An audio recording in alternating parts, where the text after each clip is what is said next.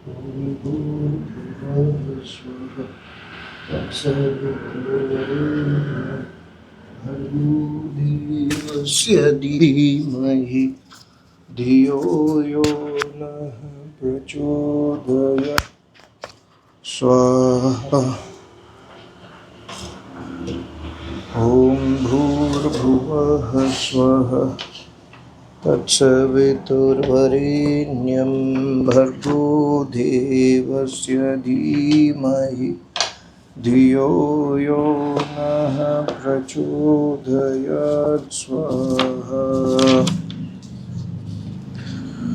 ॐ शर्मास्य अवधूतं रक्षो अवधूता अरातयो अदित्यास्तवगसि प्रतिध्वादित्यर्वेत्तु दृष्णासि पर्वती प्रतिध्वादित्तयास्तवग्भवेतो दिवस्कम्बनीरथि दशनासि पर्वतेयी प्रतिध्वा पर्वती वेतु स्वाहा। इस मंत्र का भावार्थ, मनुष्यों को अपने विज्ञान से अच्छी प्रकार पदार्थों को इकट्ठा करके उनसे यज्ञ का अनुष्ठान करना चाहिए, जो कि वृष्टि व बुद्धि का बढ़ाने वाला है। वह अग्नि और मन से सिद्ध किया हुआ सूर्य के प्रकाश को त्वचा के समान सेवन करता है। आगे देखेंगे। ओम 20वें मंत्र है।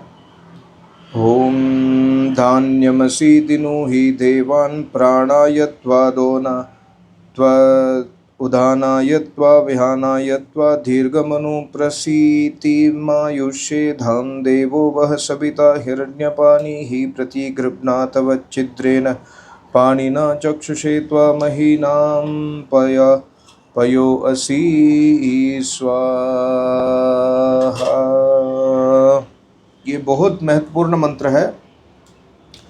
किस प्रयोजन के लिए यज्ञ करना चाहिए, इस मंत्र का भाव है। इस मंत्र में लुप्त उपमा अलंकार है। जो यज्ञ से शुद्ध किए हुए अन्न, जल और पवन आदि पदार्थ हैं, वे सबकी शुद्धि, बल, पराक्रम और दीर्घ आयु के लिए समर्थ होते हैं।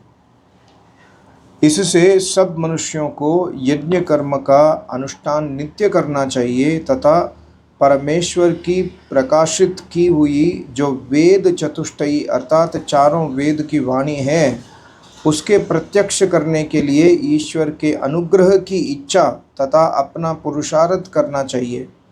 और जिस प्रकार परोपकारी मनुष्यों पर ईश्वर कृपा करता है, वैसे ही हम लोगों को भी सब प्राणियों पर नित्य कृपा करनी चाहिए। अथवा जैसे अंतर्यामी ईश्वर आत्मा और वेदों में सत्य ज्ञान तथा सूर्यलोक संसार में मूर्तिमान पदार्थों का निरंतर प्रकाश करता है, वैसे ही हम सब लोगों को परस्पर सबके सुख के लिए संपूर्ण विद्या मनुष्यों को दृष्टिगोचर करा के नित्य प्रकाशित करनी चाहिए और उनसे हमको पृथ्वी का चक्रवर्ती राज्य आदि अनेक उत्तम उत्तम सुखों को उत्पन्न निरंतर करना चाहिए। ये मंत्र के भावार्थ को दोबारा पढ़ता हूँ, ध्यान से सुनिएगा। इस मंत्र में लुप्त उपमा अलंकार है। जो यज्ञ से शुद्ध किए हुए अन्न, जल और पवन आदि पदार्थ हैं, वे सबकी शुद्धि, बल, पराक्रम और दीर्घ आयु के लिए समर्थ होते हैं। इससे सब मनुष्यों को यज्ञ कर्म का अनुष्ठान नित्य करना चाहिए। ये परमेश्वर की आज्ञा है। सब मनुष्यों को यज्ञ कर्म का अनुष्ठान नित्य करना चाहिए तथा परमेश्वर की प्रकाशित की हुई जो वेद चतुष्टयी अर्थात चारों वेदों की वाणी है, उसके प्रत्यक्ष करने के लिए ईश्वर के अनुग्रह की इच्छा तथा अपना पुरुषार्थ करना चाहिए। और जिस प्रकार परोपकारी मनुष्यों पर ईश्वर कृपा करता है, वैसे ही हम लोगों को भी सब प्राणियों पर नित्य कृपा करनी चाहिए। अथवा जैसे अंतर्यामी ईश्वर आत्मा और वेदों में सत्य ज्ञान तथा सूर्यलोक संसार में मूर्तिमान पदार्थों का निरंतर प्रकाश करता है, वैसे ही हम सब लोगों को परस्पर सबके सुख के लिए संपूर्ण विद्या मनुष्यों को दृष्टिगोचर करा के नित्य प्रकाशित करनी चाहिए और उनसे हमको पृथ्वी का चक्रवर्ती राज्य आदि अनेक उत्तम उत्तम सुखों को उत्पन्न निरंतर करना चाहिए। तो यज्ञ से ही सुख है, सारे सुख यज्ञ से, नित्य यज्ञ के अनुष्ठान करने से सारे सुख मिलेगा हमको। ये परमेश्वर के गारंटी है इस मंत्र में। ये यजुर्वेद का पहले अध्याय के 20वें मंत्र है। आगे और एक मंत्र स्वाध्याय करेंगे। ओम देवस्य त्वा सवितुः प्रस्वश्विनोर्बाहुभ्यां पुष्णो हस्ताभ्यां संवपामि समाप ओषधिभिः समोषधयो रसेन संगृह्यतिर्जिगतिभिः पृच्छत्यां पृच्छयन्तां मधुमतिर्मधुमतिभिः पृच्छयन्तां स्वाहा।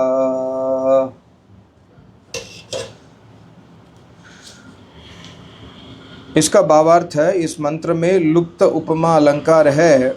विद्वान मनुष्यों को ईश्वर के उत्पन्न किए हुए सूर्य से प्रकाश को प्राप्त हुए इस संसार में अनेक प्रकार से संप्रयुक्त करने योग्य पदार्थों को मिलाने के योग्य पदार्थों से मेल करके उक्त 3 प्रकार के यज्ञ का अनुष्ठान नित्य करना चाहिए। जैसे जल अपने रस से औषधियों को बढ़ाता है और वे उत्तम रसयुक्त जल के संयोग से रोग नाश करने से सुखदायक होती है, और जैसे ईश्वर कारण से कार्य को यथावत रचता है तथा सूर्य सब जगत को प्रकाशित करके और निरंतर रस को भेदन करके पृथ्वी आदि पदार्थों का आकर्षण करता है तथा वायु रस को धारण करके पृथ्वी आदि पदार्थों को पुष्ट करता है, वैसे हम लोगों को भी यथावत संस्कार युक्त संयुक्त किए हुए पदार्थों से विद्वानों का संग तथा विद्या की उन्नति से व होम शिल्प कार्य रूपी यज्ञों से वायु और वर्षा जल की शुद्धि सदा करनी चाहिए। उसमें परमेश्वर ने आज्ञा दिया कि अनेक प्रकार से संप्रयुक्त करने योग्य पदार्थों को मिलाने के योग्य पदार्थों से मेलकर उक्त 3 प्रकार के यज्ञ का अनुष्ठान नित्य करना चाहिए। जैसे जल अपने रस से औषधियों को बढ़ाता है और वे उत्तम रसयुक्त जल के संयोग से रोग नाश करने से सुखदायक होती है, और जैसे ईश्वर कारण से कार्य को यथावत रचता है तथा सूर्य सब जगत को प्रकाशित करके और निरंतर रस को भेदन करके पृथ्वी आदि पदार्थों का आकर्षण करता है तथा वायु रस को धारण करके पृथ्वी आदि पदार्थों को पुष्ट करता है, वैसे हम लोगों को भी यथावत संस्कार युक्त संयुक्त किए हुए पदार्थों से विद्वानों का संग तथा विद्या की उन्नति से व होम शिल्प कार्य रूपी यज्ञों से वायु और वर्षा जल की शुद्धि सदा करनी चाहिए। तो यज्ञ करने से वायु शुद्ध होगी और वृष्टि जल जो आकाश में है जल वो भी शुद्ध होगा, जिससे सब प्राणियों को ये जो यज्ञ का जो इसका नाम सोम कहा वेदों में, ये जो सोम है जो वाइट कलर धुआं निकल रहा है, ये सबको कल्याणकारी और लाभकारी होगा। ये परमेश्वर की आज्ञा है। ये यजुर्वेद 1/21 मंत्र। ये यज्ञ के महिमा चल रहा है फर्स्ट चैप्टर में। आज तक 21 मंत्र हमने देखा है। आप रोज़ सुनिए एक दो मंत्र और रिवाइज करते जाइए, जिससे हमारे अंदर भी शुभ संस्कार उत्पन्न होगा और हमको प्रेरणा मिलेगा कि हम रोज़ नित्य अग्निहोत्र और यज्ञ का अनुष्ठान करें। सबको नमस्ते। ओम।